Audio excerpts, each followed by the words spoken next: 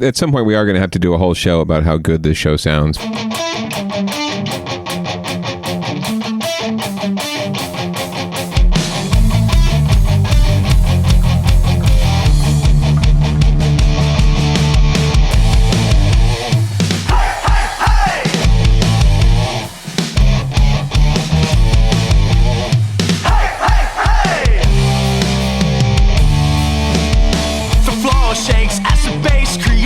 Space where your past is discarded. A pretty thing like you should never look so blue. Come on, the night's just started. 150 people in this house. But if you follow me, I'll get you the best seats. 150 people in this house. But we'll just let them be. Tonight it's you and mine. Hey, hey, hey.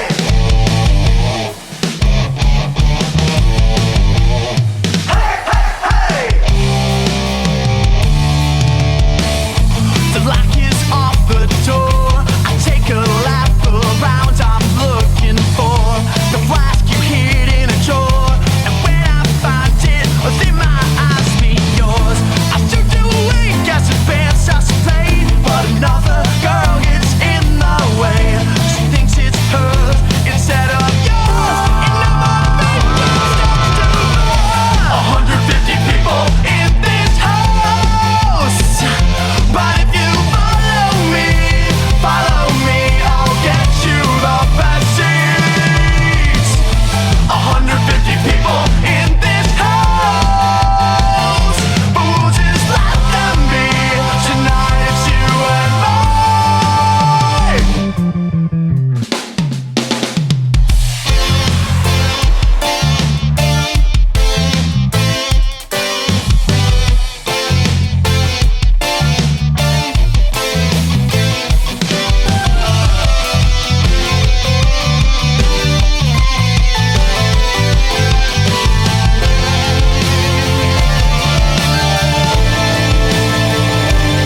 But first I gotta find your groove. 150 people in this house. But if you follow me, I'll get you the best seats. 150 people in this house. But we'll just let them be. Tonight it's you and mine. Hey, hey, hey.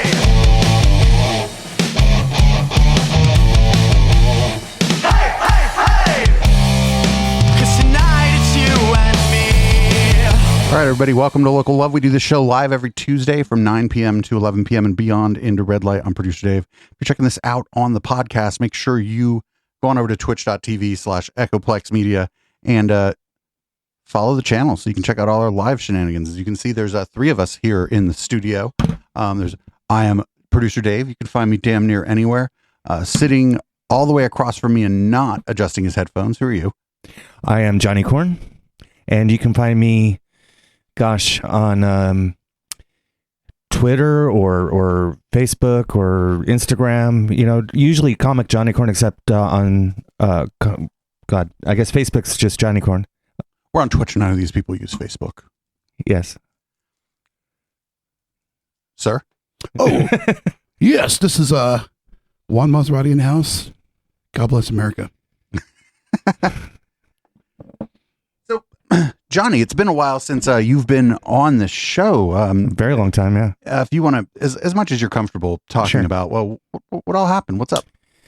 Well, I was in outer space and a alien popped out of my chest. No, it's actually not true.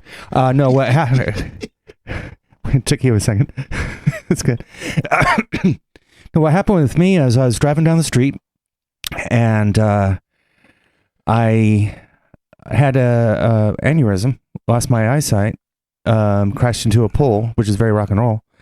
And so I had to have, my spleen was removed, as well as part of my pancreas. It was touch and go for a while, and just had to relearn the basics, including talking and walking and tying my shoes and, pretty much everything. So I appreciate everything more. Oh, good. You came back from that and we're doing, that was like right at the beginning of the pandemic, wasn't it? Yeah, a couple months in. And you came back from that, and by the end of the pandemic, you were doing comedy shows on Zoom and other sorts of things. Yeah, and the problem I have with Zoom, well, there's a lot of things I don't like about Zoom, but the main thing about doing it where you're not in front of live audiences, you don't get that feedback. When you're a comedian or a musician for that matter, you feed off the energy of the audience. And the other thing is you have that delay when you do the punch, and they didn't hear the punch yet because there's a lag. Yeah. So that was a little bit crazy. Well, glad to have you back. Glad you're out and about and doing your thing again. Yeah, I healed pretty nicely. It took some doing, but yeah, and it's a bit mind bending too. Like you end up having a situation where you came very close to dying and didn't quite get death right, and then you come back to it and have to heal from all that stuff. It just kind of is one of those things where you're going like, well, damn, it's just it's been wild. It has. Well, I'm glad you're still among us here. I'm glad you're still among the people around. What's been going on with you, Juan Maserati? Well, man, I don't have too much to report other than to say that I'm glad to be here amongst Echoplex friends, and I wanted to shout out to everyone to the chat room, and hope your week is going well thus far. Fantastic. My webcam just went really dark. Speaking of which, patreon.com/Echoplex, you can buy me a fucking webcam. Yes, donate. Because we are doing this for you. And not entirely for free anymore, so I do appreciate everybody's donations thus far. I'm paying like a third of my bills with this right now. It's pretty great. Pretty great. Now the camera's too bright. Yeah, I definitely need a new webcam. Patreon.com/Echoplex, or just go to echoplexmedia.com/support. I could probably buy one myself, but I'd rather the community buy it for me. So, I mean, Juan, the music's coming back. Has the camp booked any gigs? Not yet. We are basically working it out in the studio, getting back into jam sessions, and we're just really excited for things to be opening up at places like our favorite spot, the Caravan, other places where people are just starting to show up. And in fact, I caught a little bit of the online action with Monkey performing this past weekend, and it was pretty fucking awesome. I saw it was a great turnout. A lot of people were there. Unfortunately I couldn't make it, but I was just really jazzed to see everybody getting out there, supporting the local music scene, and giving much love to Monkey and crew. So we had somebody in the chat spend they're called the Now Space Bucks, and they demanded a soundboard hit, so we're going to go with this one. Echoplex Media, boo. Nice. That's Hamburglar Dan, Echoplex Media, not a fan of ours. So this Friday, everybody, a little bit of a little like station announcement too. There's no down ballot this Friday, but it's one of them good problems because I'll be at Bike Party. I'll be playing the first regroup, the second regroup, and we might even set up at the start point, but we're not quite sure about that. It all kind of depends on what the folks who are still in charge of Bike Party decide, because I haven't been doing shit as far as helping them plan lately. But what will be really cool is the Media Wench is bringing what she needs to bring: a tripod, phone, and a hotspot, so that she can in fact jump on Twitch from Bike Party. And we'll be broadcasting a little bit of my set, maybe some chit chat with the organizers as we're setting up, and maybe we'll even broadcast a little bit from the car. Well, I'll do that, right? I mean, Media Wench isn't a crazy person who does a video from her car. But check that out Friday night. It'll be kind of sporadic. I don't know what time we'll start. I don't know what time it'll end. I know there'll be at least 2 broadcasts. So just kind of keep an eye out, and if we're not responding to chat, just understand that we have other things to do. But y'all have been recently able to watch me DJ here in this room, and I'd really like you to see what it looks like when I DJ for several thousand people, because it's quite a different experience than watching me spin in this fucking room, let me tell you. And I'm really excited to start getting back to things. I'm going to play Silicon Valley Pride as well, it looks like. So, and I'll get a good time slot this time too, instead of first. So that's incredibly good. And it's just really, really good to see everything opening back up. And I can't wait to see everybody start going to gigs again. And hopefully I'll be able to make some of those gigs. Although the flip side of me making about a third of my income now on Twitch is that I have to be here streaming.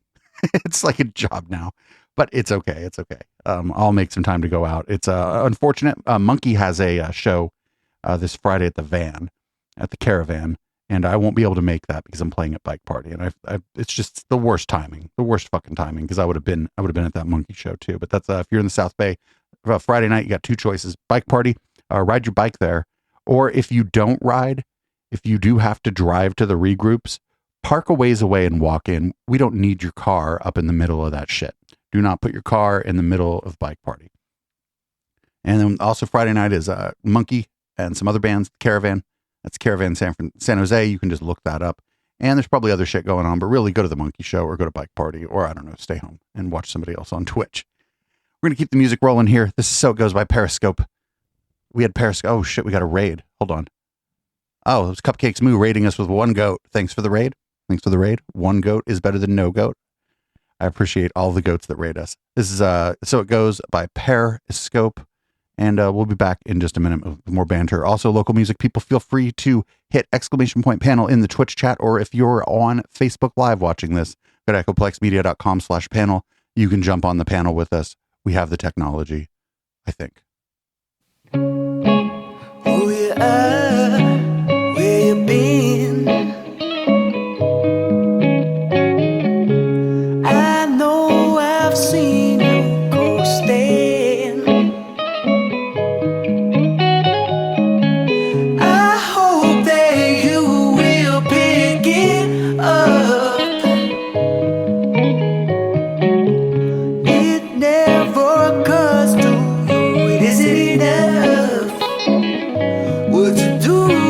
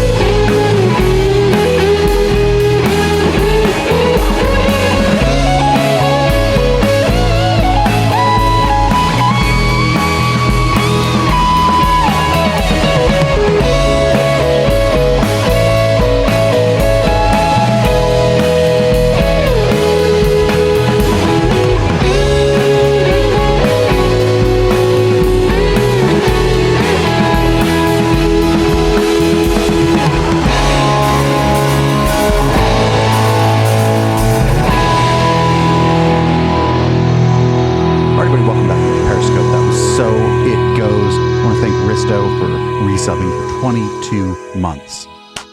Risto, that's 22 months.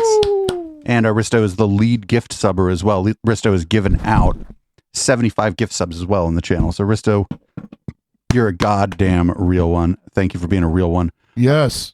Thank you so much. Yeah, the support helps a lot. It gives me a little less time where I have to do my actual work, and I can work on more stuff for the other shows and this show and mostly the other shows. So that's like a really good shit. Yeah. So thanks. And thanks everybody. If you're watching on Facebook, by the way, head on over to twitch.tv/Echoplex Media, make yourself an account and join the chat, because if you are in fact saying anything in the Facebook live chat, no one is reading it.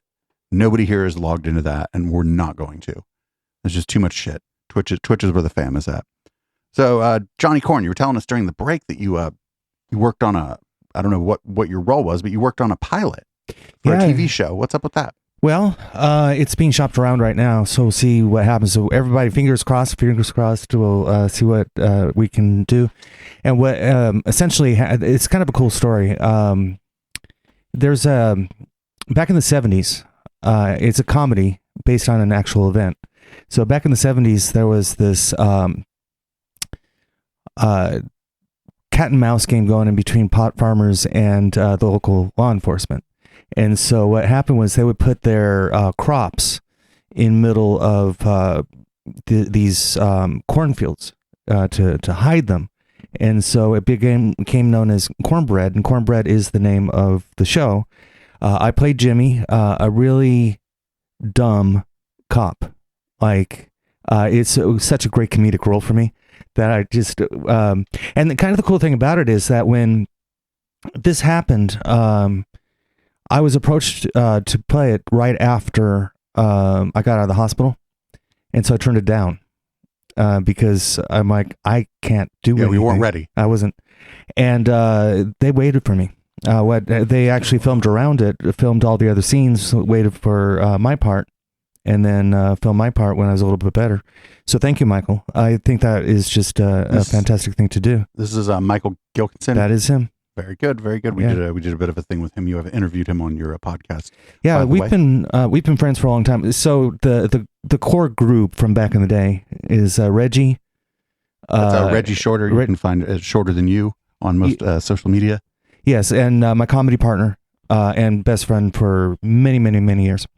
So it's him, Michael, and myself. And so Michael is just basically really doing it. Like he's doing that whole production. Like he's writing some of the best scripts I've seen, and I've seen a lot of scripts.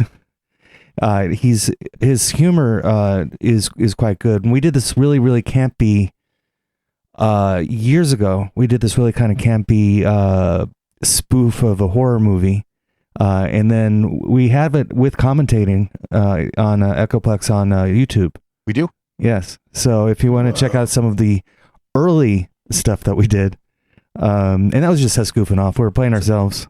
So what's the deal with this new pilot? Is it a comedy? Yeah, it's a comedy pilot based on a true story. Now, Michael's from Kentucky. This takes place in Kentucky. What happened was it's like a limited series, so there's like 8 parts to it, and so we have one filmed so you can show investors and the networks and the streaming services. I know how pilot season used to work. There's no pilot season anymore. No, it's all the time. It's always pilot season now. Yeah, because you have like 10,000 streaming services now, Right.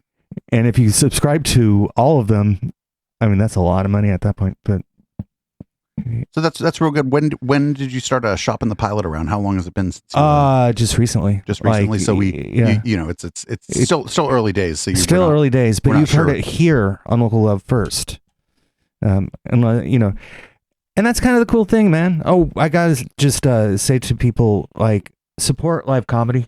We have not been able to be out there performing live for a year and a half, something like that, and so we really need your energy. So if you're vaccinated, come on out and just support local comedy, local music, local arts of any kind. Amen to that. And Which comedy venues are open? Is the what is it called in Oakland? You interviewed the guy. He was real funny. Is his spot open? I reached out to him to find out if he's still doing it virtually or if he's live, and that's actually the stage that my stand-up is right now. Is I don't know who's open, who's not yet. What was the name of that spot? That was that Comedy Oakland? Comedy Oakland, yeah. Yeah. Now I do know that Alameda, Alameda Comedy Club is open. So they're up and running. Patrick Ford runs that. And like here in the Bay Area, it's going to be interesting. And as far as Grapes of Laugh goes, I do plan on bringing it back, but the venue isn't ready yet, so we're holding off. And Grapes of Laugh was a monthly comedy event you were doing here in Campbell, California. And if you want to hear some like routines, from that show, it's a pretty legendary show. You there's a bunch of them, like just like the audio sets on Echoplex Media's website. And or you can go grab the By the Way podcast on your favorite podcatcher, actually. You can do that too. It's everywhere, just like all of our other shows. Well, that's great. I do want to ask, you had said that doing comedy on Zoom was a little bit hard. Did you have any good experiences, or did you have any experiences where you're like, hey, this is better than I thought it was going to be? Not really. Okay, fair enough. No, fair enough. It's funny because, and this is the part that kind of sucks, is that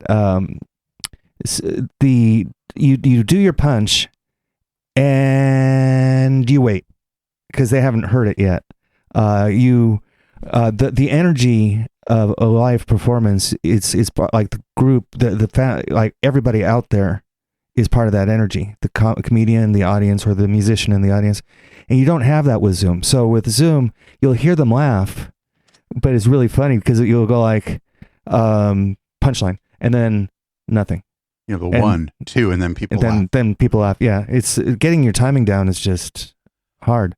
Yeah, that was Yeah, I can see that. That's definitely difficult. I know that like if I say something really funny on here, that there's some lag, and the lag between my studio and Twitch is less than Zoom, because like on Zoom, like everybody's on Wi-Fi, like it's a giant mess. Yes, it is. It's a giant mess. The other problem I would have to assume is that while you're doing your routine, if you want to be able to hear people laugh, their mics are open, and so you're hearing people's laptop mic, or picking them opening a beer, and it's like like fairly loud, and it's just like a different scene. Whereas like if you're on stage, you've got a PA and the people are in front of you, and even if the room's a little bit loud, you kind of have some space, and the PA cuts through the room, and that's like not necessarily the case on Zoom. Well, I had a case where I was going to be there's like 5 of us, and we're going to be on local television in fact we were up in Santa Rosa. And so they had, they selected the comedians. We come on, we do this Zoom show.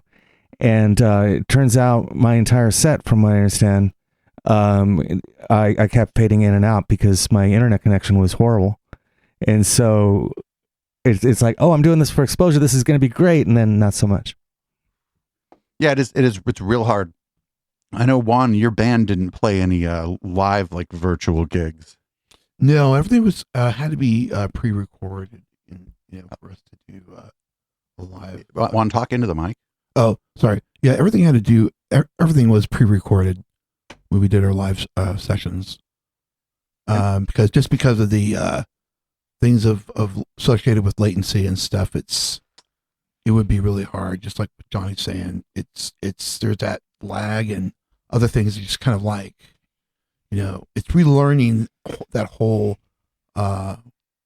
unbalanced behavior. That's the way to say it.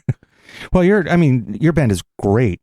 Like, I am a big fan, and I know we're all like friends with each other too. But like, I can also be a fan. Amen. That's right. You certainly can. We appreciate it, brother. Thank you. And also, likewise, I'm here tonight in this room because of motherfucking JC. Yes. So. Yes. Well. Yeah. Which JC? Johnny Corn. Johnny Corn. I know. The only reason why I did that is for people that are going like, JC. Who's JC? Jesus Christ. Yeah. Oh, I have the same initials as Jesus Christ. That's fantastic. That is fantastic. So, hey, you had mentioned Rebels Camp. I think we should probably rock a Rebels Camp jam. I think we're going to rock No Next Time by The Camp, and we'll be back in just a minute. She said, next time. I said there'll be no next time. That was the last time.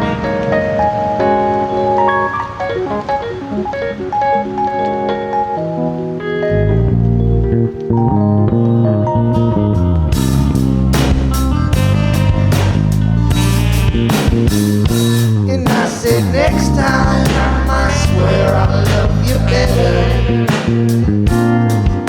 Next time, I swear I'll love you back. Woman, next time, I swear I'll treat you better. Next time, I swear I'll do all those things you expect me to. Next time, I'm gonna do it all for you. Next time. She said it ain't gonna be no next time. She said it ain't gonna be no next time. She said it ain't gonna be no next time. And I said next time, I swear I'll treat you better. Woman, next time, I swear I won't talk shit in front of your friends. A woman, next time, I swear I'll love you better than any man can. Next time, I swear I'll love you back. Ain't gonna be no next time. She said ain't gonna be no next time. It's the last time. Ain't gonna be no next time. Ooh, this the last time. Ain't gonna be no next time. And that's enough hurt to last a lifetime.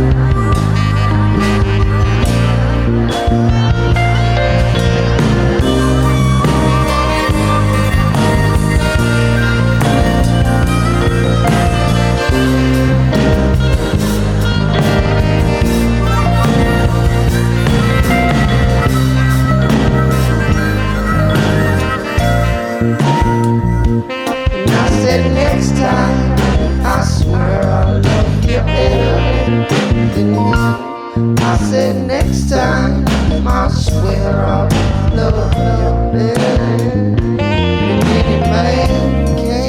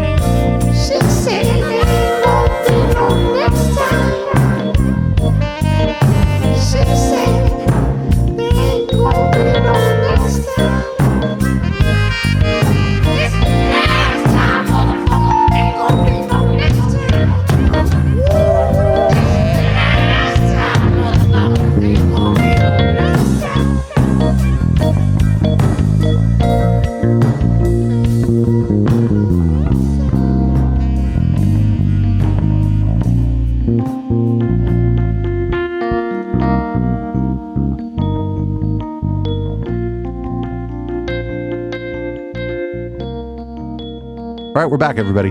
That was No Next Time by Rebels Camp. I don't have the albums up. What album was that off of, Juan? Was that off of Intense City, or was that off of fucking The Kill? The Kill. It was off The Kill. Very good. It's off The Kill by Rebels Camp. It's a pretty old album, but I think it holds up pretty well. You know, I think Rebels Camp is awesome.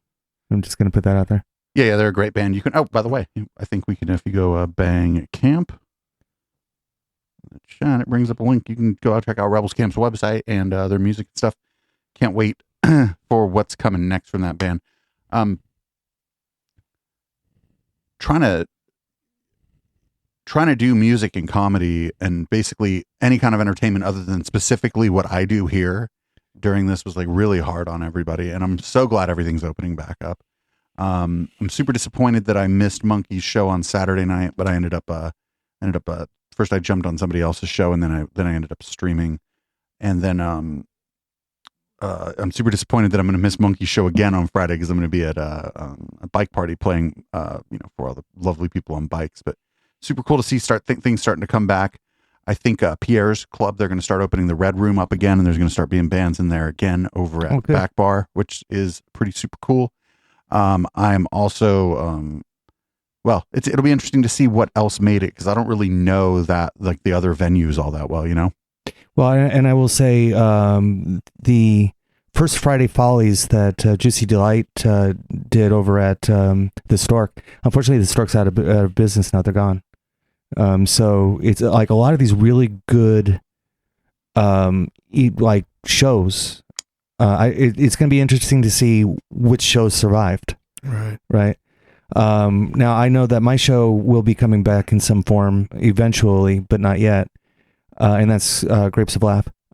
But gosh, and I wonder which. Yeah, it's going to be interesting.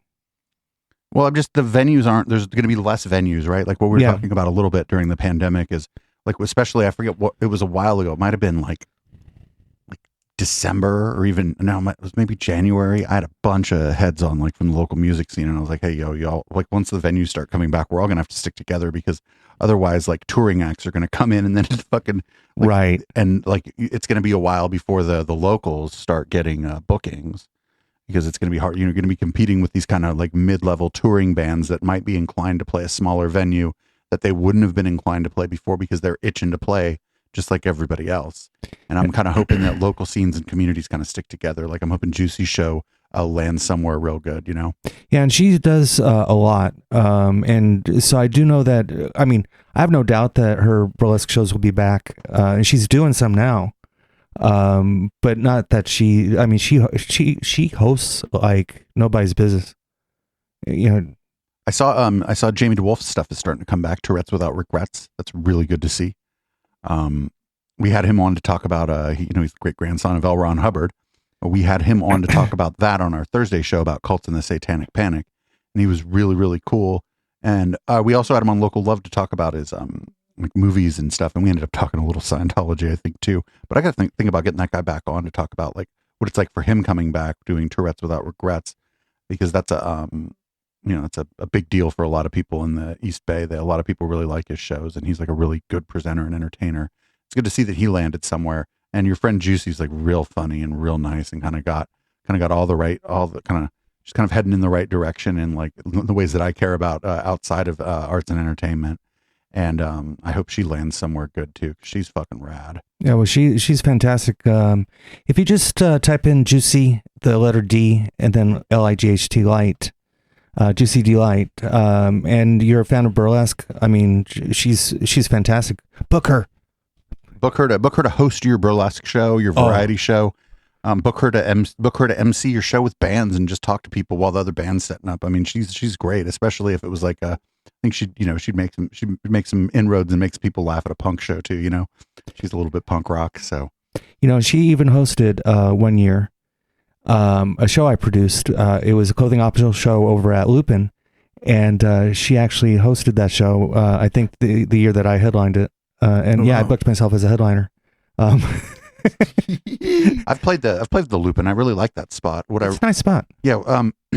The show I played there was a rave, and while it was clothing optional, most people were clothed, but everybody was really respectful of each other, and it was pretty great scene. And fucking JK did the sound there, so it was like slamming. I know they don't do those kinds of parties there anymore. Everything's like more low key. Yeah, they don't do like loud, uproarious sort of ravey stuff there anymore. But I'm glad I got to play there while that was the case. It's a great venue. I have no idea if they're back, but I figure they're probably back because it's outdoors anyway, so it's like super safe for them. Yeah, they Lupin's. I get their newsletter, and there's not a whole lot of events on there yet, but it's a cool place to hang out if you're so inclined. The media wench is up in the chat, and she said Liz and Mary Standish say hi.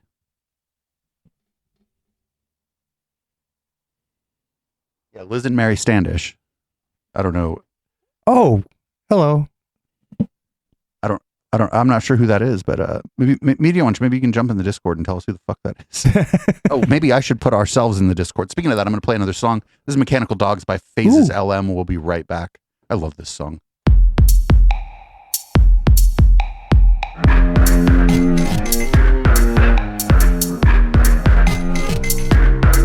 Strange voices, strange noises from across the yard.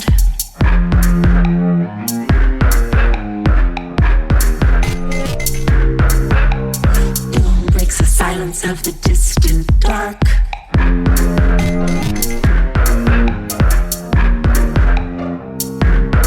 Was it a gunshot or explosive or a firework?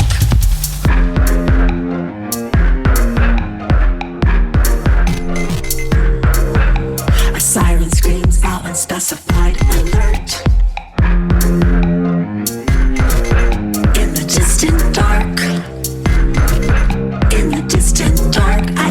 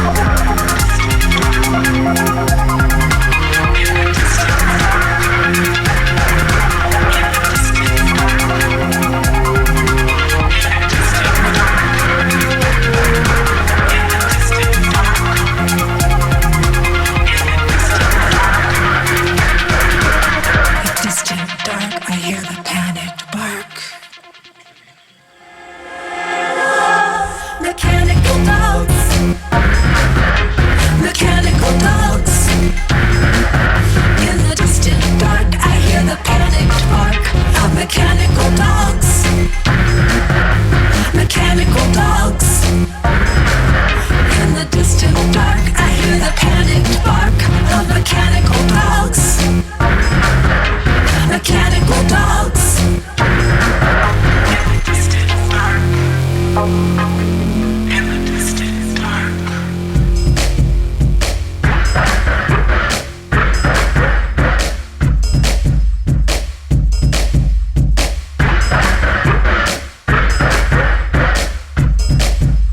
Mechanical Dogs. That's by Phases LM. Risto, thanks for tipping during the song. Got a baby throwing money out the window. That's like literally what it's like giving money to this project. It's like a baby throwing money out the window. Anyway, that was I'd never heard of that band. I think they're from the Peninsula. They just kind of found out about us and sent us their music, and I listened to it. I was like, their music is so cool because it's like, again, it's so different than like most of the other stuff we have. It's like, yeah, I was like super impressed when I heard it. I was just talking during the break during the song. The local music is just so good. Like, I like that song, and I don't think I've heard that one before.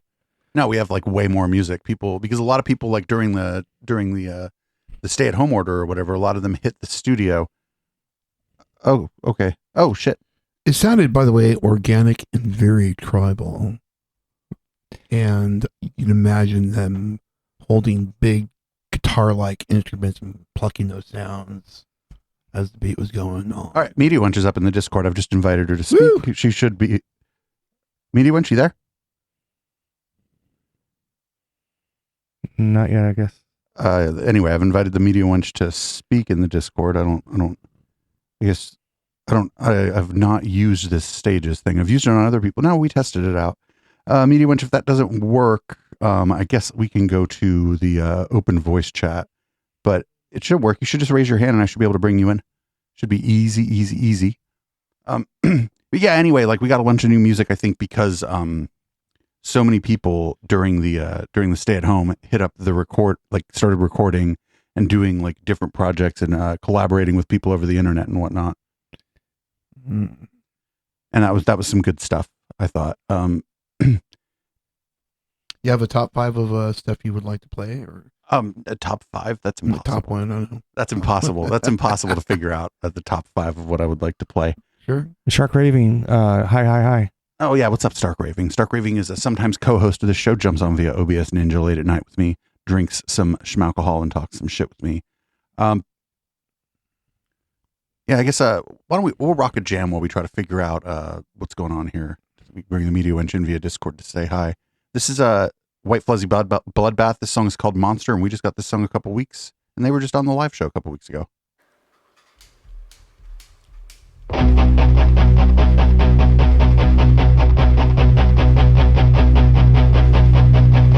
I am far away, oh so far you'll never tell.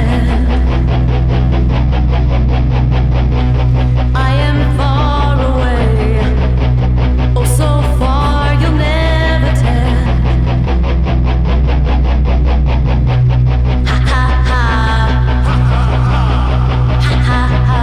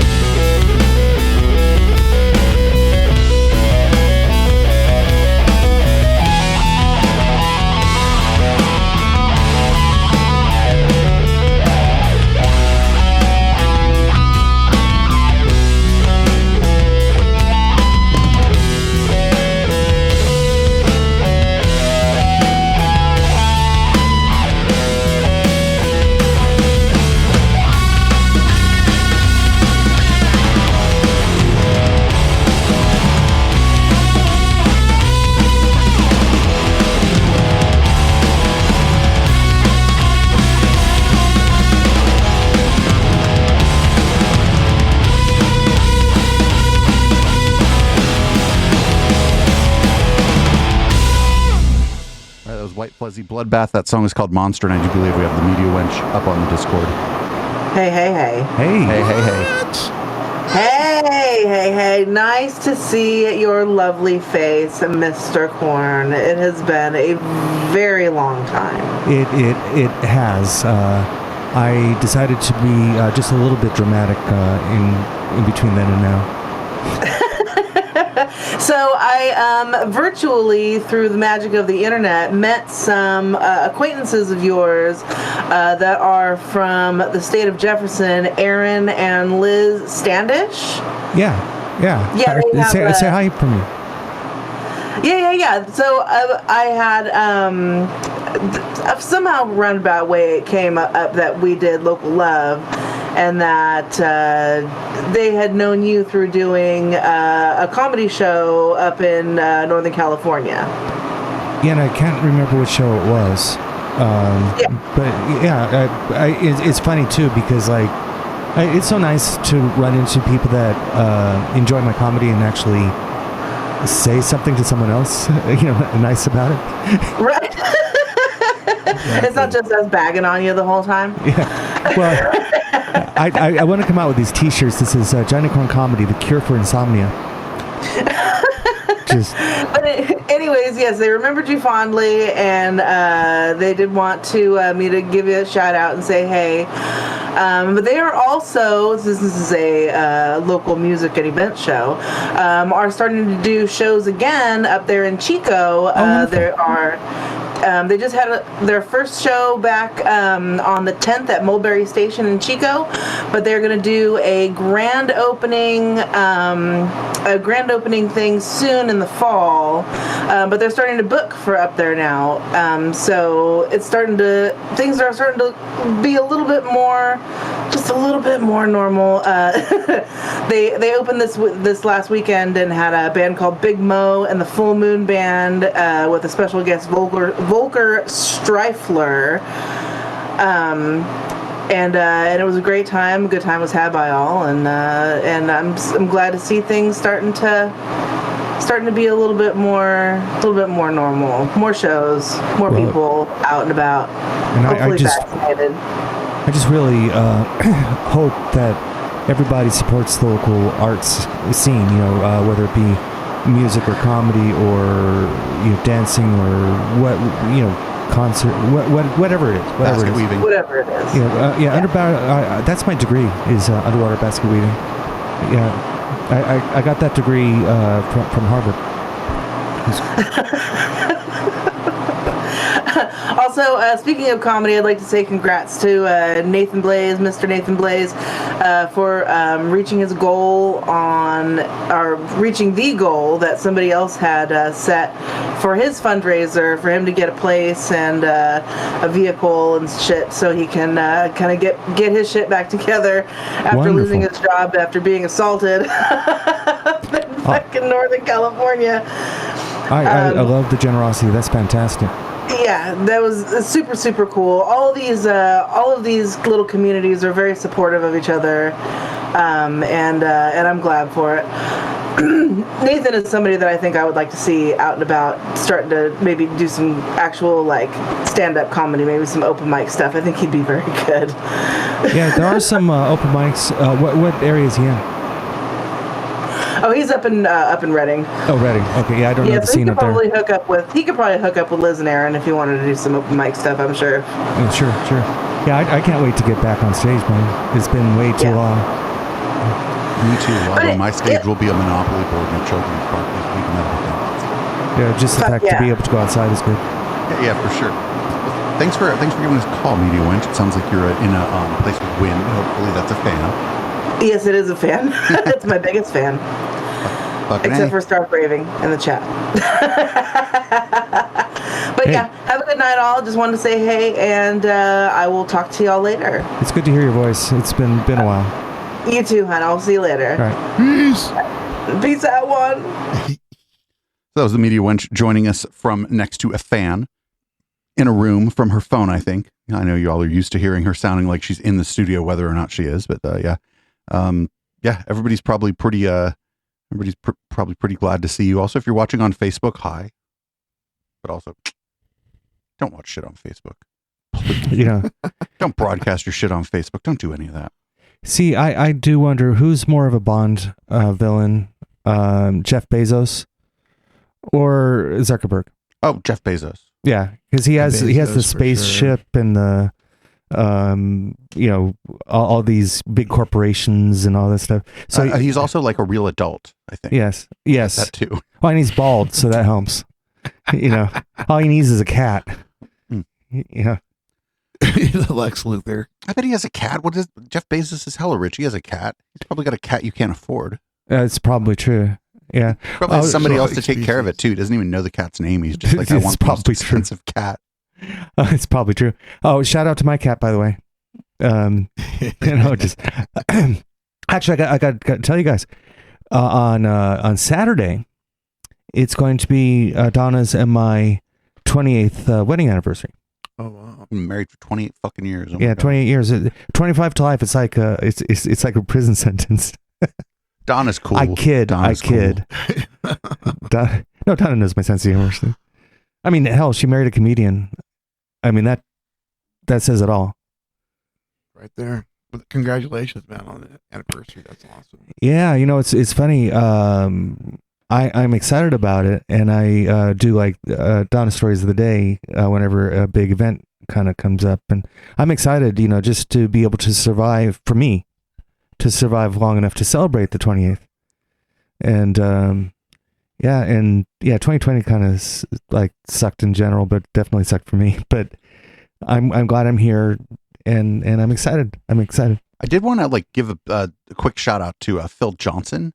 Oh who yeah, has Phil. who took he had already been streaming a little bit his comedy and music anyway, but then he took the whole changeover in stride, and a couple times we did shows and he was just always ready and always there, and his gear was always hooked up right, and he was always live, and he was always in our Twitch chat, like chopping it up with the people who were watching. We were piping his shit in from his Twitch to our Twitch, and he was in our Twitch chat.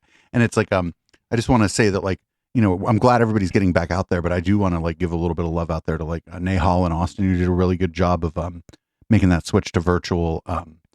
Fucking Sakura was killing it at the beginning of the pandemic with all her live streams. Yes. Also, Monkey, they streamed some of their practices, and the audio quality on that has gone up significantly since the first one. Just all these acts out there. Brendan Getzell has been doing a fantastic job. A lot of times late at night, we oh shit. Adam Rainstopper, thanks for the $10 donation. I hope you like the kitty sitting on the nug. Woo! Thank you for giving us $10, Adam. That's great. You've bypassed the Twitch. When you do that, you bypass the nasty Twitch 50-50 split they do. So thanks a lot. Wow, they take 50%. They do, but also it's easier to monetize on Twitch than anywhere else. Well, that's true, And too. the community's stronger, so it's actually worth it. I make way more on Twitch than on Patreon. Got it. But also I have not been paying attention to Patreon. But also who else? But Brennan Getzell, we've been rating him. I know he had to move his equipment from the garage to upstairs, so he's streaming earlier, and now he's rating us, and it's probably traumatic for his viewers. But Brennan Getzell did a really good job. Also, Kat Robichaux's put on a couple good performances, live performances, and Sweet Haya, in addition to Nahal and Austin, have done a very good job on all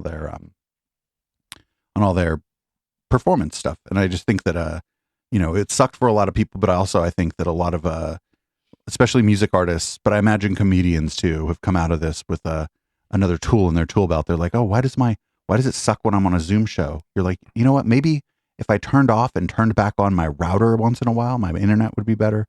You're like, you know what? Now I need a mic. I need a better mic. Right. And so now, even if the comedy club might have a mic, but you might have one in your bag. So if the mic at the comedy club, you're like, what the fuck is this? You plug the one in your bag and you're good to go. There you go. People have come out of this, I think, with a whole different set of tools in their tool belt. And I think a lot of musicians and comedians have just upped the ability for them to produce.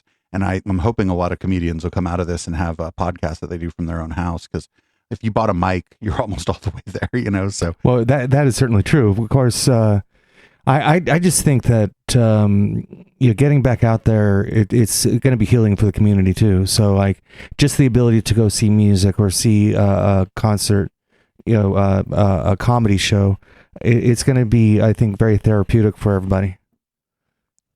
I think so too. And I forgot Ashes Fallen, man. They fucking did it up. Juan, remember that first fucking when they did the first sofa, when they flipped their thing on and their fucking room was like a goth club and shit. Yeah. It was all anybody could talk about after the first sofa. And shout out to the people from Sofa. We ended up not working with them anymore, but they did a real good job to try to bring everybody together. And shout out to the Sofa people, especially Phil, Jimmy, and shout out to the people over at Art Boutique. You did a very good job on their streams.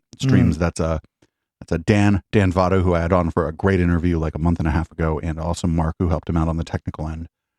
Just everybody did a real good job, I think. And now that we're ready to go back, I think it's just pretty impressive that a lot of entertainers now have like digital production in their tool belt to some extent, even if it's just I know how to plug a mic into my computer. Right. Right. Because a lot of people didn't know that and they didn't care. And all of a sudden you're stuck at home. Now you have to figure out how to get a mic into your computer. I know the pandemic, Juan, you bought a dope microphone. Yeah, man. Thank you, sir. I got it was a PreSonus PD29. It's basically only like $130, but it hangs in there, man. It has that the tone. The tone, yeah. I got this. Santa Claus got it to me. This is a Shure MV7. Oh yeah. I had to replace the foam on it though because it sounds like poop with the original foam on it. This foam is better because it takes care of the P's and the T's and the S's. But since it's a music show, we're going to rock some more music. I have this ballad of Mila. It's like a Vampire, the Ballad of Mila up, but I remembered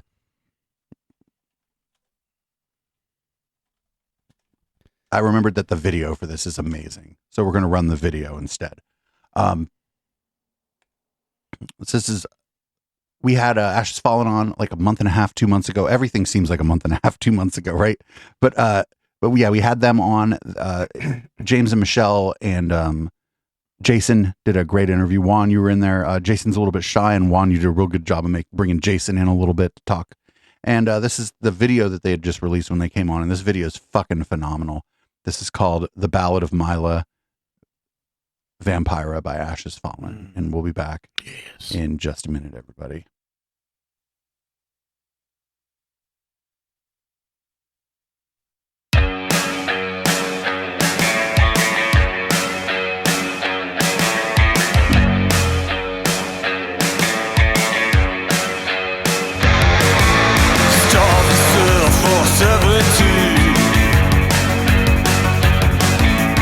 Made yourself a vision of fantasy. Cinderella of the Valkyrie. Dark seductress of the tiny screen. You couldn't find the power that stole away your dream. Right in the witching hour, I can still hear your screams, oh my love.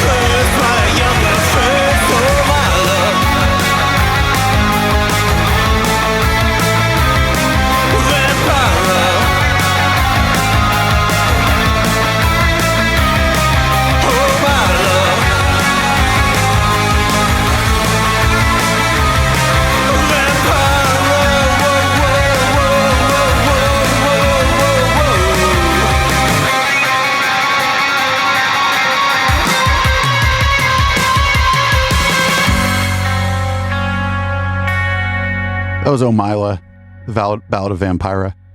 That is awesome.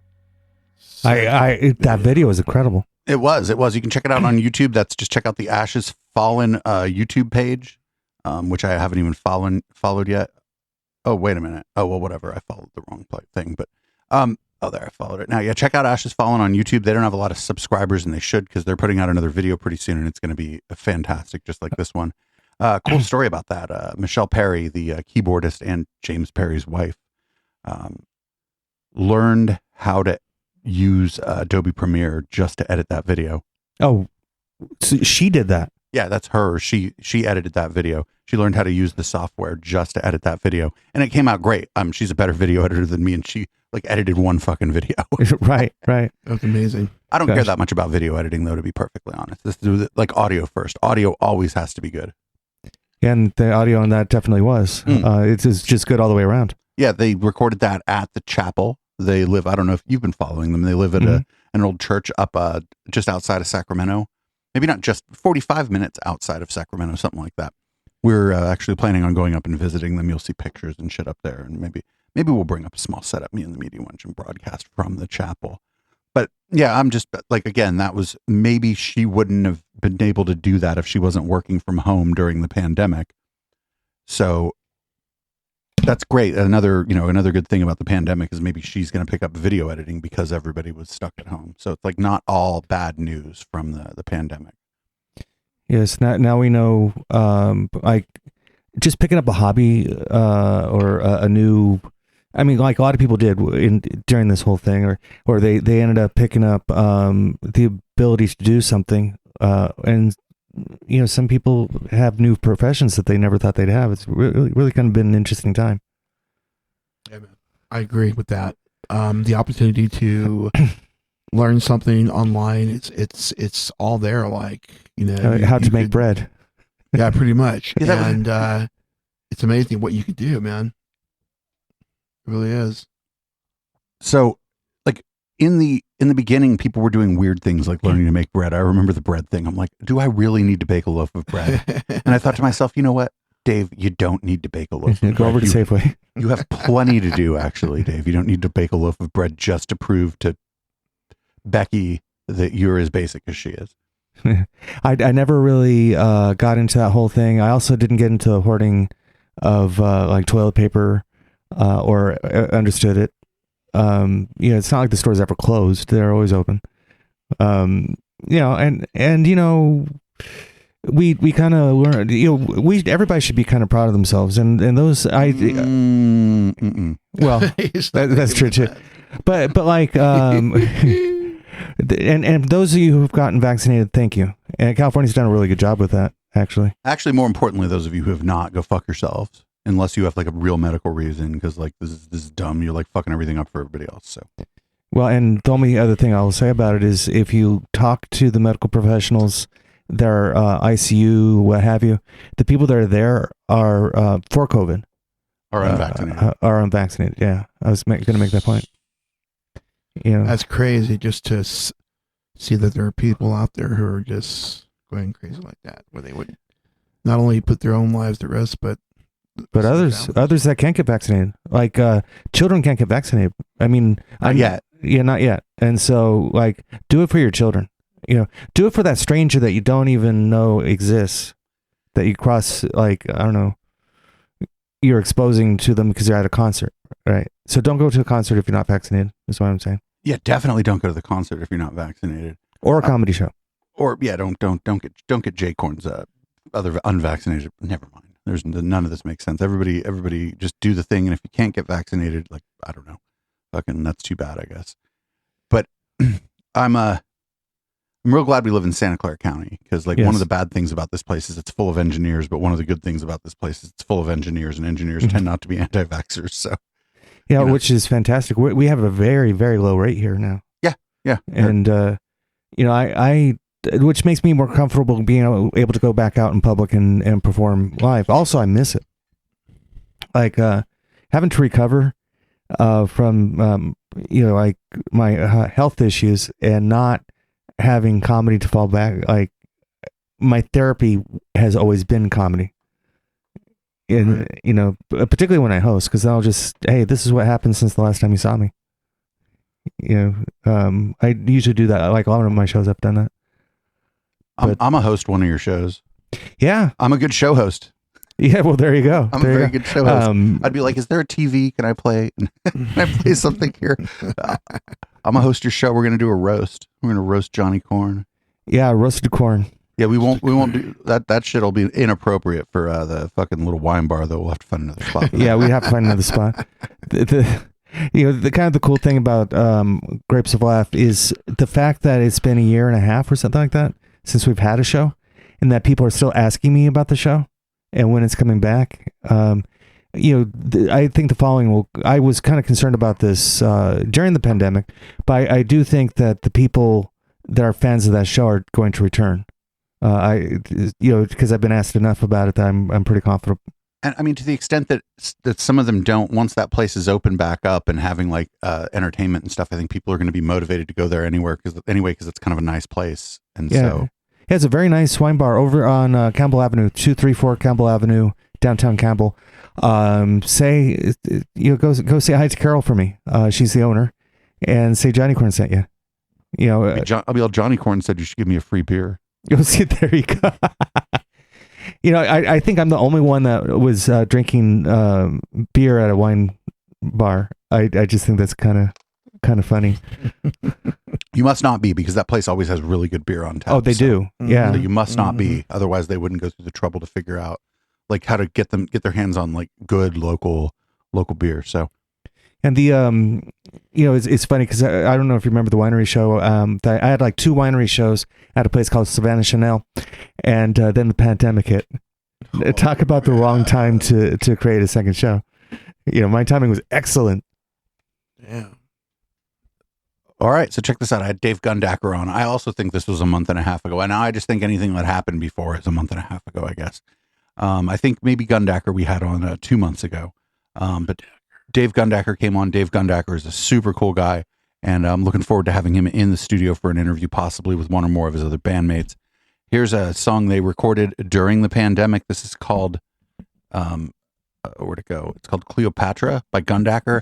And this is like a really interesting song because they all recorded all of their parts on their cell phones.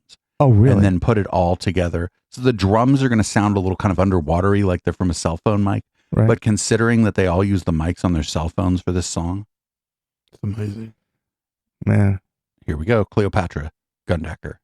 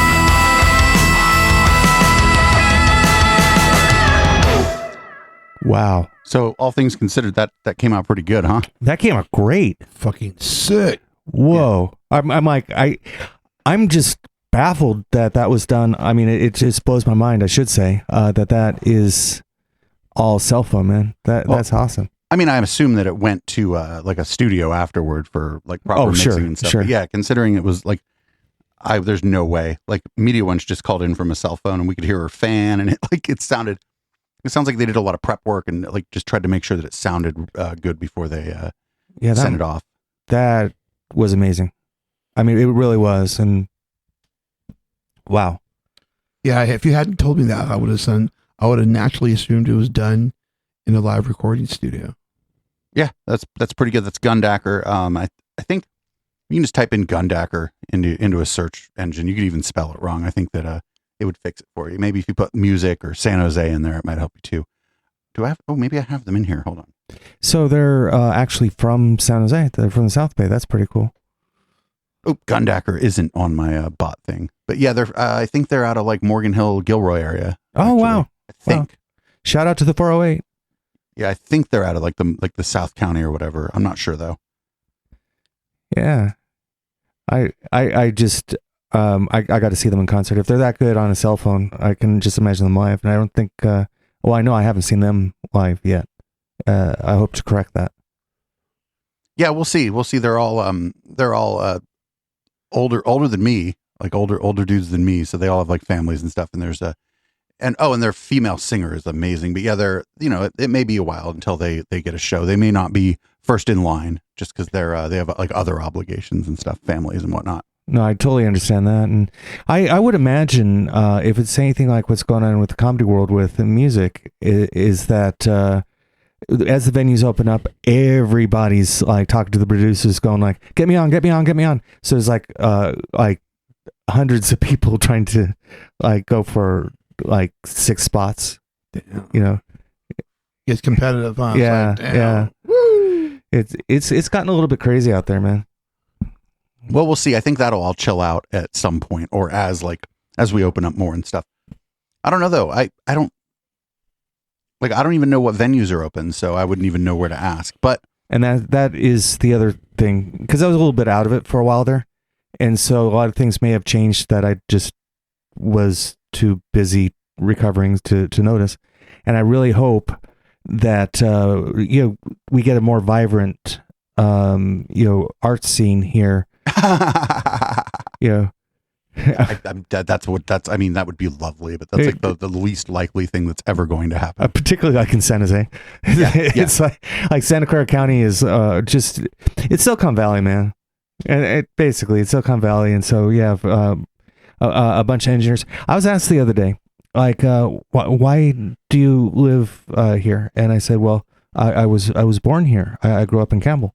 And they're like, but you're not in high tech. Like, yes, I was born here. They're wondering why you didn't move. Yeah, I think that's more than anything else, right? So that was just a weird conversation to have, but that's going to make its way into my routine at some point, because I'm going, no, I was actually born in O'Connor Hospital right off of 880. I haven't moved far.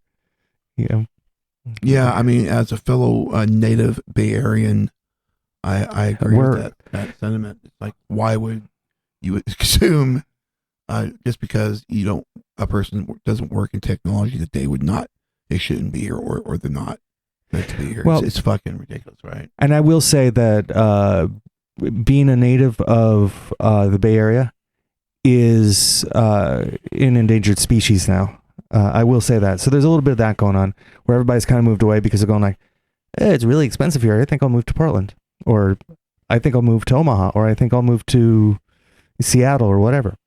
So there's been a lot of flight from natives, that were born here. Like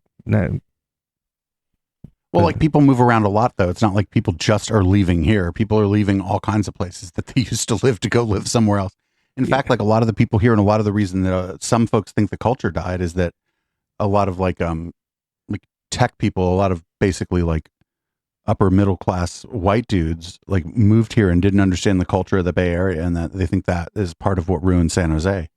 Yeah, I remember, and it's funny because Campbell is doing pretty well. I mean, like, but San Jose is kind of like that sleepy town that grew up and is still a sleepy town. It's kind of interesting. I mean, there is a nightlife here. Well, there was a nightlife here. There will be a nightlife here again. Downtown has some pretty nice things, downtown San Jose, but including the San Jose Improv, I might add. Just throwing that one out there. What is the fate of the San Jose Improv at this point? I don't know. And I really feel bad about that. I do know that they were delivering food for a while.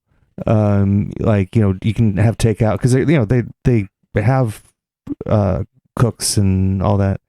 So they're trying to survive the pandemic by doing that. But that was a little bit ago. I wonder if they got a grant or a PPP loan or anything. If they got any help, that would be fantastic. Yeah. And Rooster Teeth Feathers. Actually, I prefer perform in between the two places. Performing, I actually like Rooster Teeth Feathers better because it's smaller. It's more intimate. I like smaller venues. I like it where I have performed for larger audiences, but it's different. When it's a smaller venue, you get to know people a little bit. It's just I like the feel of that. The intimacy of it all, and yeah. I like bigger venues, always. The more people, the better. Now, I will say, if I'm going to do big venue, I like the outdoor ones better. But that's just me. And we have such nice weather all the time. But, it's interesting. Now, when was the last time that you guys were able to perform? Man, it's been a minute and over a year. And I don't know exactly the exact performance that we which was the last one, but I will say this: it was every Friday or so we were like the house band of that one spot, and that was really amazing. The Foyer, the Forager, to have played there, and interacting with people, and not only that, but on First Fridays, how you could walk through First Fridays, right? And you would see all these interesting things, a lot of art. Now, I know that, people say, would say, the downtown art, the downtown scene in San Jose, it may be stale for people, but at least from an artistic point of view, there's a lot of innovation, a lot of amazing art happening in the... That is definitely true, and you have to kind of look for it a little bit, because there's a lot of great music here in San Jose. We're not in San Jose, but San Jose or San Jose adjacent. There's a lot of good stuff happening in San Francisco as well, in Oakland. It's just a matter of everything's a little bit different now, and so it's just a matter of seeking it out. And support your local underground music scene, comedy scene, entertainment scene. I'm Johnny Corn, by the way. You're ecstasy dealer too. When things start opening back up, support your local ecstasy dealer. Oh, definitely. Yes. Of course. That goes without saying. And if anyone just wants to laugh, I know we mentioned this earlier, but if you type in, by the way, Johnny Corn, and that's Johnny with an H, and Corn with a C, then you'll come across my podcast. But even if you just need to 15 minutes to just laugh, there's tracks from very, very, very good comedians on there, and I don't have a favorite really. They're all really, really good, but the one that sticks out in my head is Charlie Walker. He actually sung a song about me in that. Wow. Yeah, so it was funny. It was funny. Yeah, the Charlie Walker with the piano and the comedy was really funny. Yeah. Yeah, but all of them are on there. I think Phil Johnson's on there, possibly, maybe. You interviewed Phil, yeah. Yeah, I interviewed him. Phil's a real good interview, by the way. I've interviewed Phil a couple times for I think he was one of my first. Yeah, Phil's a real good interview because he's also a broadcaster, and he kind of understands what's going on. Phil's a top quality interview for sure. I'll have Phil Johnson on for an interview all the time. Fuck it, he's great. I'll interview him until the end of time. Yeah, and it's funny because I like the comedy music thing. Yeah, I just think it's a fantastic. I only like it if it's not whack. Well, yes, it has to be good.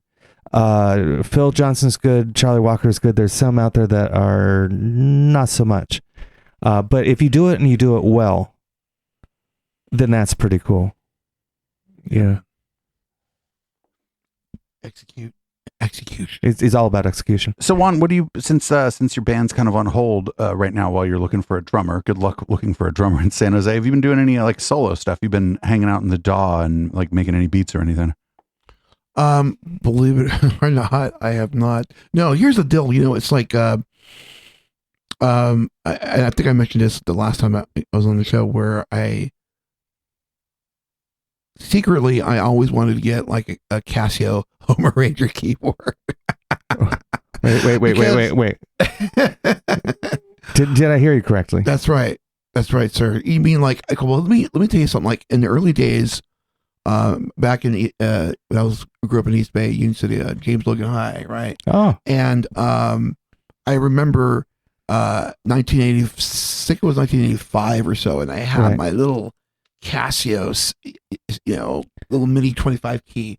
Right. And during recess time and stuff, I would try to do the theme song from Beverly Hills Cop. Axel Foley. That's pretty cool. It was like it was fun times. And then of course, like late at night, I would pull out the Van Halen 1984 album. Right. Oh, that was an excellent album. Copy the Jump thing. Oh, dun dun dun. Yeah. That, for those of you too young to remember, Casio was really big in the 80s. Like, you had the Casio watch, you had the Casio keyboard, you had the calculator watch. Yeah. That's right. Oh, and do you remember, okay, because you're of a certain age, do you remember the big console TV made out of real wood, and it was fantastic, right? Yeah. And it didn't work, so you had a smaller TV on top of it? The RCAs. RCA, Zenith. The Zenith.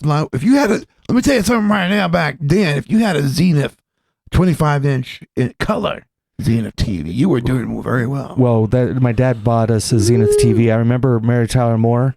I didn't realize it was in all these different colors until like the opening sequence is in all these different colors. And I didn't know that until we got a color TV. Oh wow, that was pretty. Yeah, I was just. I remember being like, oh my god, that's fantastic. I was little at the time, and I'm showing my age now. You know what I used to think? Like, you know how the old shows were in black and white? Yes. You'll never guess what I used to think. That the world was black and white when... Yeah, actually. Yes. Wow. Yeah, awesome. No, because I thought the same thing. That was the first time I remember my dad actually making fun of me. Wasn't he found out I thought that? It was the first time my dad ever like directly and publicly, and by publicly I mean in front of my mom, made fun of me. So... it's funny because I would... my mom is so dry... in a lot of ways, that I would purposely say something inappropriate to get her attention, and to get a reaction, right?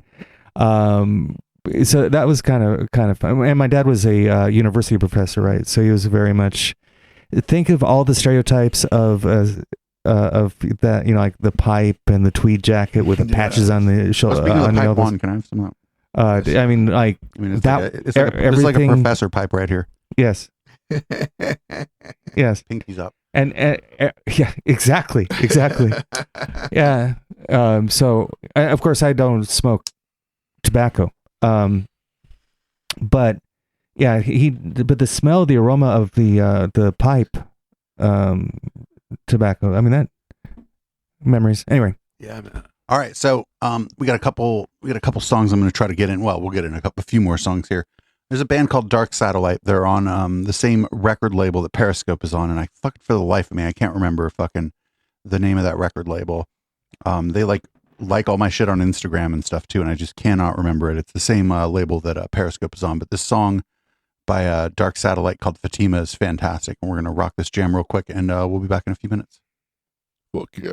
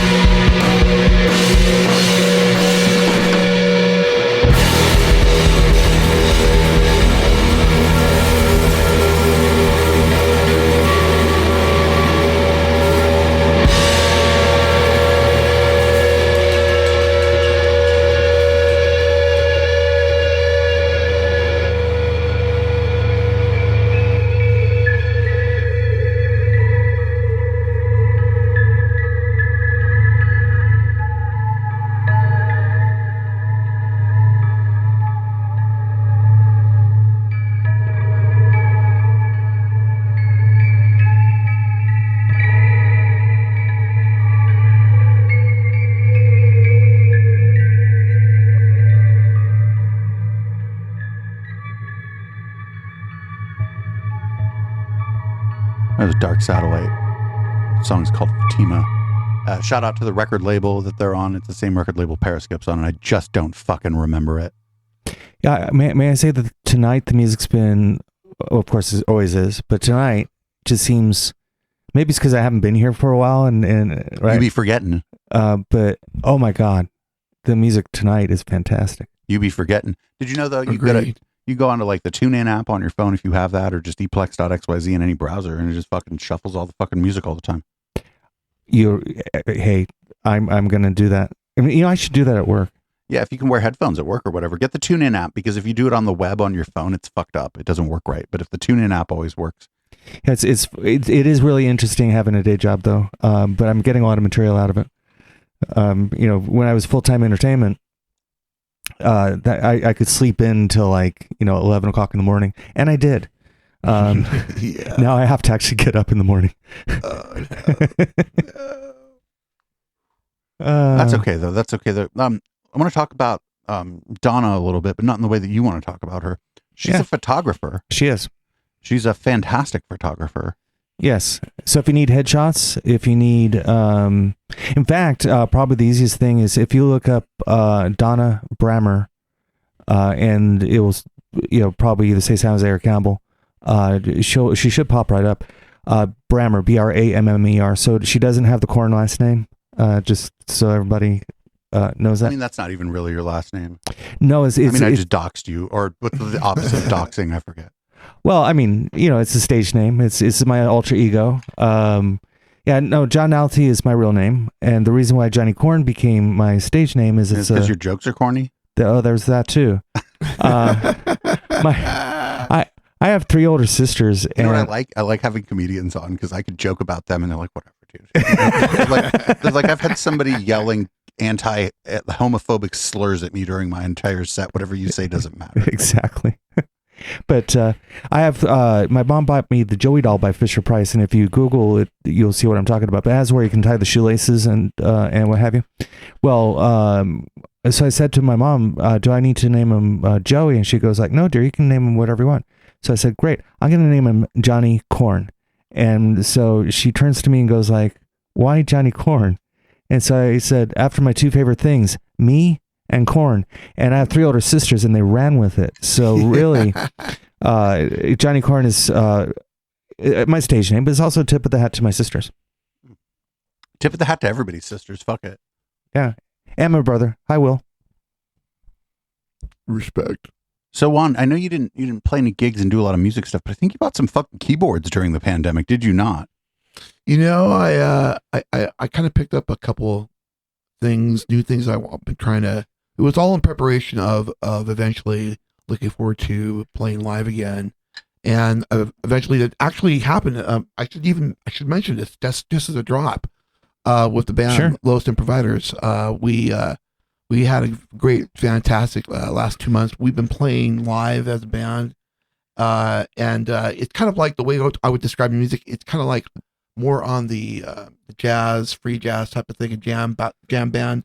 It's jazz, but it's jam band also, and incorporates a lot of different flavors, And we just did. It was about 3 weeks ago. We did a gig downtown in Willow Glen at John's Bar and Grill. Oh, I saw pictures of that, and it wasn't even from you. It was from the band's page because you didn't take any pictures and post them. That's right. And there was, hey, I am not the photographer. I just play keys. I'm married to a photographer, by the way. Damn right you are. Okay. Having said that, it was. Hey, if Donna's looking for some cool, I'm sorry, I hate to. Nah, fuck it. It's my show. I'll interrupt anyone I want. But if Donna's looking for a cool thing to photograph, y'all should come out to Bike Party and she should take some pictures. I will mention that to her. If she's, obviously Bike Party doesn't have 3 nickels to rub together to pay her, but if she's kind of looking for some action shots and like some community events to add to her portfolio, Bike Party is a great place to do it. I will definitely mention that. It's really affected us financially, this whole thing, because she did a lot of weddings, and people just be fucking during the pandemic. Nobody's getting married. Exactly. Well, the other thing is that she does headshots, and she does portraits, and so the portrait business dried up as well, because people were locked in their house going I don't need pictures of my kids. they're right there. So I like totally interrupted Juan. Juan, how many gigs have you played with Los Improvisers since the pandemic has ended? You might be the most prolific artist of all of us since the pandemic ended. We did at least 5 gigs. That's huge, Juan. That's the most gigs anyone's done. I think that's probably accurate. Yes. Juan has done the most gigs of anyone in San Jose. Yeah. Different kind of spots. Santa Cruz. There was one. No, I mean, shout out to the 831. I mean, you're in San Jose. I don't mean all the gigs had to be in. You've even been on tour. You've been to Santa Cruz. Yeah, and that would be considered a tour in the pandemic.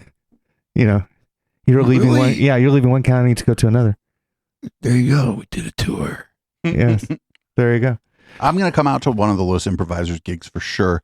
It's just that I stream every fucking night. I'm like I said, I'm in a bit of a spot because I really like nightlife and shit. But I'm like in the process of hopefully by the end of this year, a career change. I can fucking give up hucking shit on Amazon and eBay. It'd be fantastic.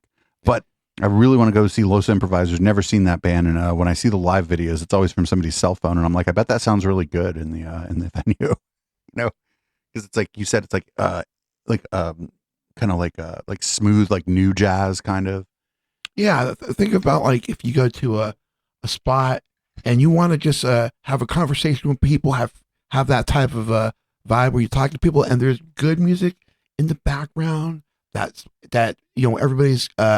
We're playing the everything between funk, soul, R&B, and jazz, but at the same time, we're being respectful to the venue, and we play it at a volume where where people can have conversations and drinks. So you're not having it drilled up to 11. Well, and the other thing is like it's not that kind of band from what I've heard. It's definitely like kind of smooth. Everything just feels real smooth. Don't get me wrong. If y'all went to a proper space and turned up, it would sound smooth and loud, which would be fine, right? Oh yeah. But it's definitely like dinner music, kind of. It's super classy. I think it's fantastic. I admire people that do things that I can't, and I tried to be a musician at one point in time, and I could play the instruments really mediocrely. Is that a word? Mediocrely? I don't know, but I would love to see you jam. Juan's like maybe it's funny than your comedy. Yeah. Okay, that's good. I'm gonna give you. Do you think that we're like we're like people make these tiers of streamers and we're on like the B tier all of a sudden. We were like at the very bottom tier. You think the fucking none of these people know who either you are. These people are out here to see me, and they're not here to see me because I'm not funny. Okay, so my name is Johnny Corn. By the way, which is the name of my podcast. And if you want to listen to some old pre-pandemic great comedy, get yourself to laugh or what have you, then check out, by the way, wherever you get your podcast, including Echoplex Media's website. I have one thing to say about that, if I can find it. Okay. Maybe I can't find it. Well, I can talk until you find it. Well, but then you'll be saying something different. That's true too. Oh, well, whatever. It should be like shout out to myself. Shout out to myself. I'm Here we awesome. go. Hold on. Okay. Shout out to myself. That's fucking Mr. Brandon. We had him on for Catterday a couple weeks ago. He was very confused. Very confused. But then he DJ'd and it was fine. And everybody in the chat that sticks around when I DJ late at night, thank you. We're gonna play another song because my drink is empty.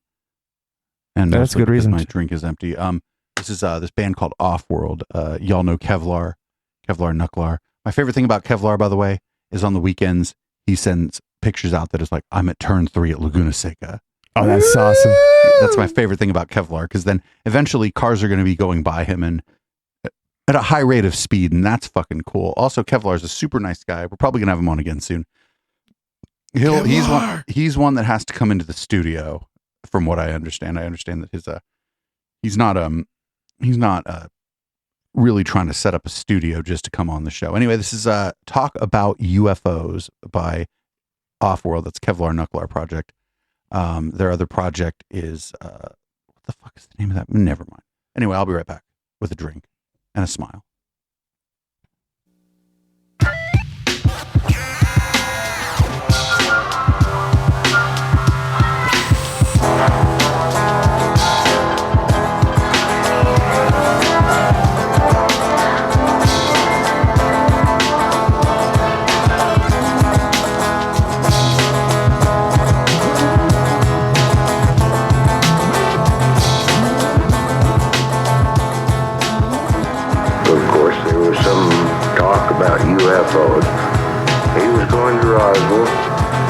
far as I know, he got in touch with the sheriff's department. They in turn called the Air Force.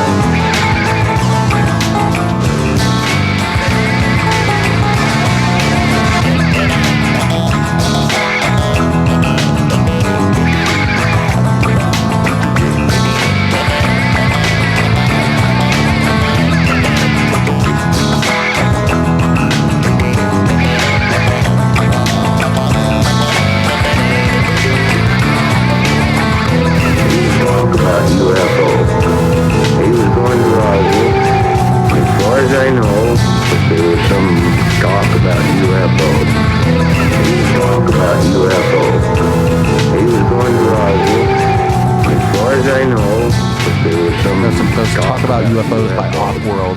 That's Kevlar Knucklar's band. Kevlar Knucklar's a cool guy.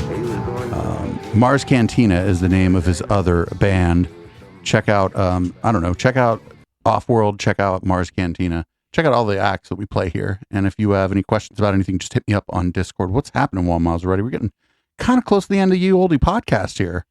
Yeah, man. Jay Korn had to take off. Jay Korn has a day job. I want to thank Johnny Korn for joining us, and I maybe expect to see him a little more often here on Tuesday nights, especially when we don't have a band to interview. I'm trying to get him back into the swing of things because he had a rough 2020. So if we can provide him a pod outlet, that would be fantastic.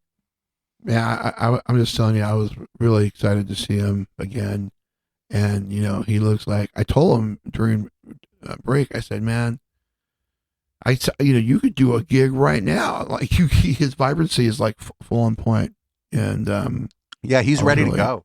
Really inspired to see him. He's ready to go. He's like, but for a gig, he's better as like the MC. I think like he does a way better job when he MCs a comedy show.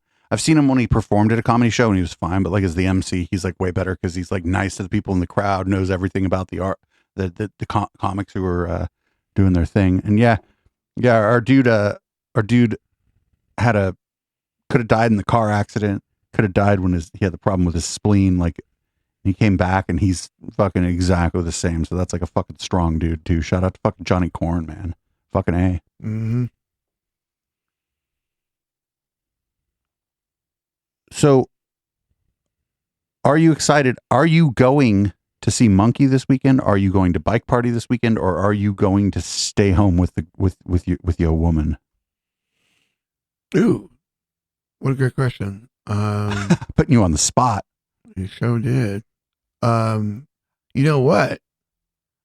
I think what we'd like to do. You could do both. Is get out, and I think I would be able to. I would love to do both. Oh, you could do the first regroup at bike party, and then just walk your ass like 2 blocks away to the Monkey Show. Boom.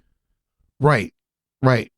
So, we just would have to coordinate around the because you say there is a perimeter. There's only you should get too close to the bike party. Yeah, just park somewhere else and walk to bike party. Yeah, absolutely. Anybody out there, if you're listening to this and you plan on going to bike party, maybe you don't have a bike or you're just there maybe to see me, this is all gravy, but park like half a mile away from the fucking spot and walk in. Because like the last thing we need when a bunch of drunk cyclists are trying to leave is like your car up in the mix. Mm-hmm. You've been there and driving me there. You know that we wait until like the last fucking bike leaves to get in the car because it's like dangerous to have like cars going through all those bikes and shit, you know? Yeah. It can get pretty hectic, especially when you're leaving. Yeah. But I think Juan, your bet for Friday for sure is to show up at Regroup 1 at Bike Party. I know where it is, but I can't tell you. But I can tell you that it's walking distance to the caravan. So I think you know where it is.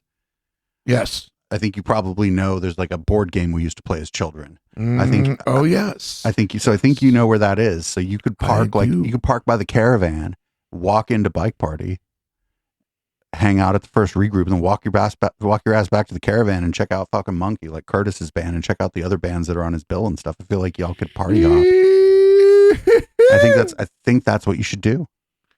That sounds like a plan. Also, I want to see Ginger cutting a rug like next to the Media Wench's kids. Like honestly, because the Media Wench's kids are going to be there. It's going to be it's going to be amazing. That would be awesome. I'm like super stoked on it. I had to buy a new little power bank because I couldn't get the old one to charge.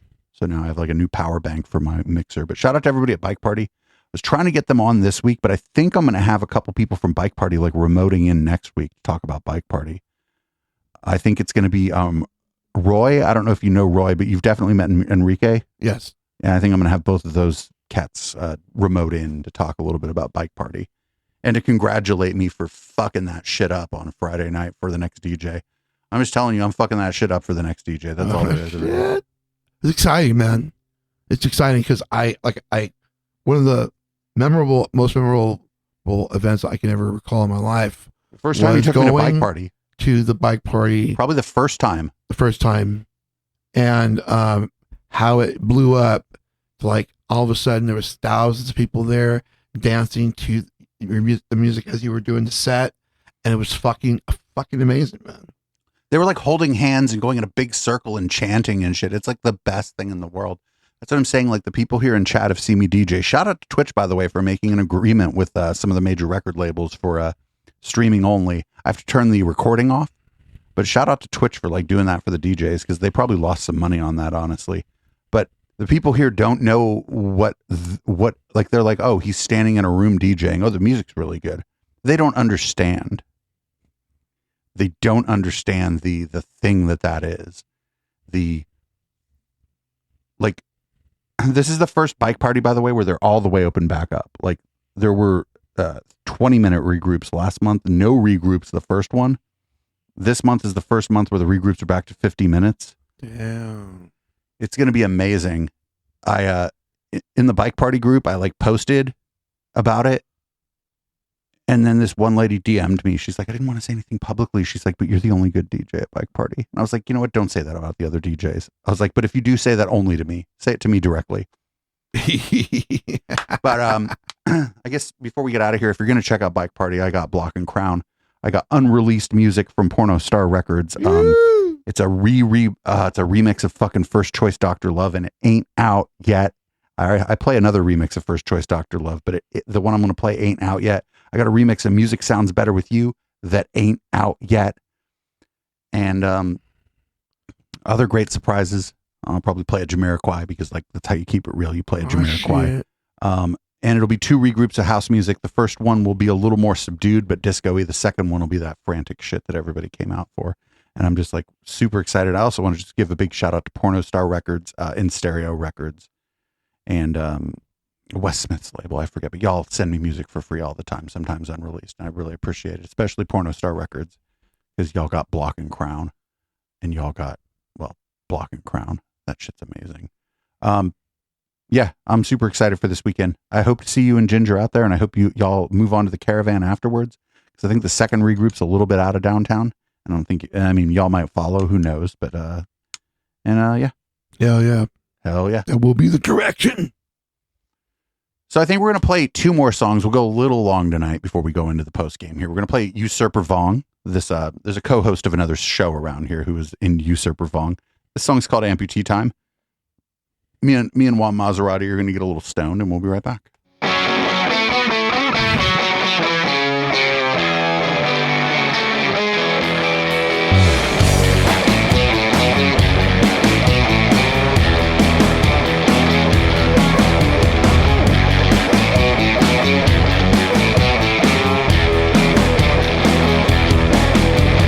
Starburst in the heart, now I'm awake. I cried out to the dark, but that was a mistake. And far from sharp, but close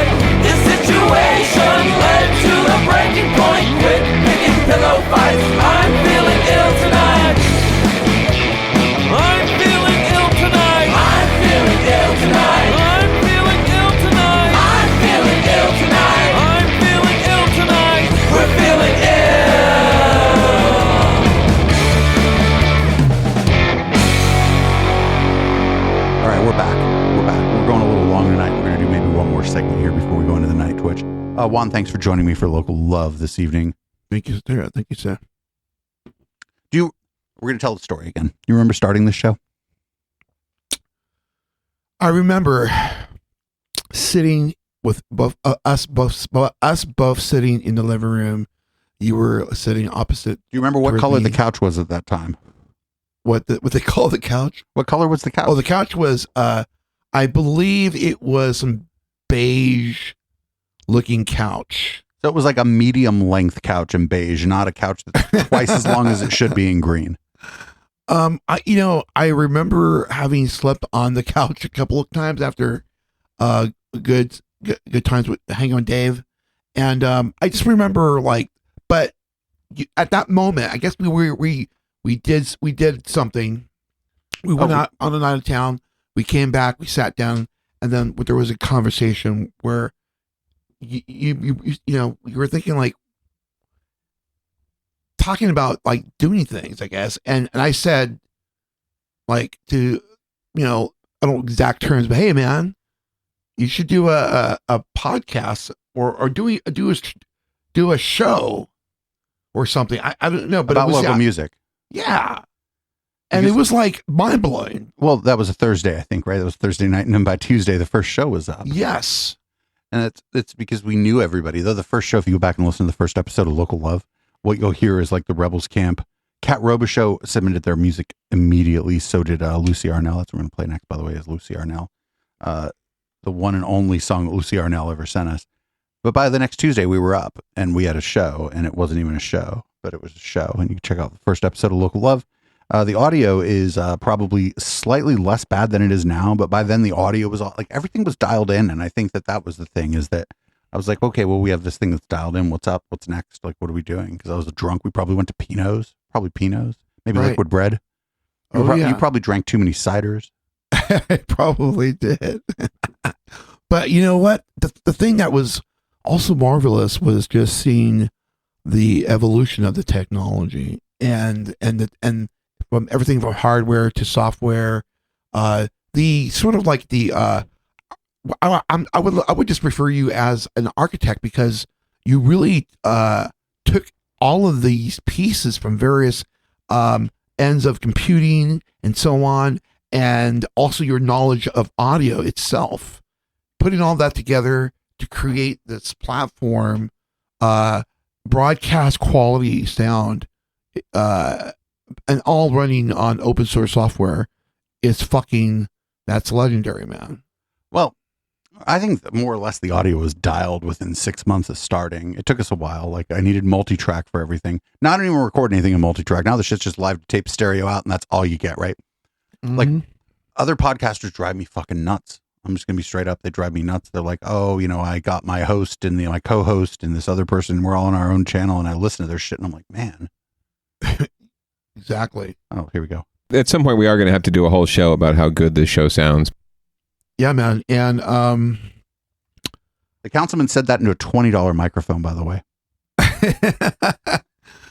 let me tell you something. It was no matter what microphones that was set up, the audio was just really getting super quality better in every revision of your system, and that was pretty exciting to see. I've been at Feature Freeze for 2 years, more or less. I'm fucking with things and changing things around, but nothing changes. The last thing I did, the mics in the studio, I backed off the compression. And I think I backed off the compression too much, because sometimes tonight when you got a little bit away from the mic, it was too quiet.